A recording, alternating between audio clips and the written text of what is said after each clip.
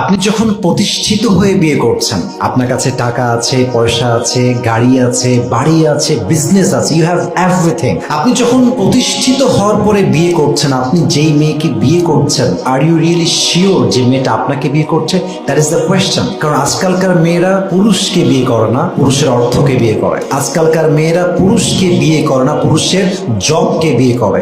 আজকালকার মেয়েরা পুরুষকে বিয়ে করে না, পুরুষের যোগ্যতাকে বিয়ে করে। That is the reality in our society. অতএব আপনি যখন শূন্য অবস্থায় আছেন, when you have nothing, না আছে ভালো চাকরি, না আছে ব্যবসা, না আছে গাড়ি, না আছে বাড়ি, at that time যখন আপনি শূন্য অবস্থায় আছেন, তখন যেই মেয়েটা বলে যে আমি আপনাকে বিয়ে করতে চাই, আপনি আমাকে বিয়ে করে প্রতিষ্ঠিত হন, আপনি সামনে এগিয়ে যান, আপনি অনেক ভালো কিছু করবেন, আপনি আমাকে বিয়ে করে নেন, তখন যে অবস্থায় আপনাকে মেয়েটা বিয়ে করতে চায়, she is the perfect life partner। সেই হচ্ছে আপনার সবচেয়ে যোগ্যতা রাখে বউ হওয়ার। কারণ সেই মেয়েটা এমন অবস্থায় হাত ধরতে চেয়েছে when you have nothing, যখন আপনার কাছে কিছুই নেই। অতএব বোঝা যায় সেই মেয়েটা আপনার বউ হওয়ার যোগ্যতা রাখে। ঠিক কিনা বলেন?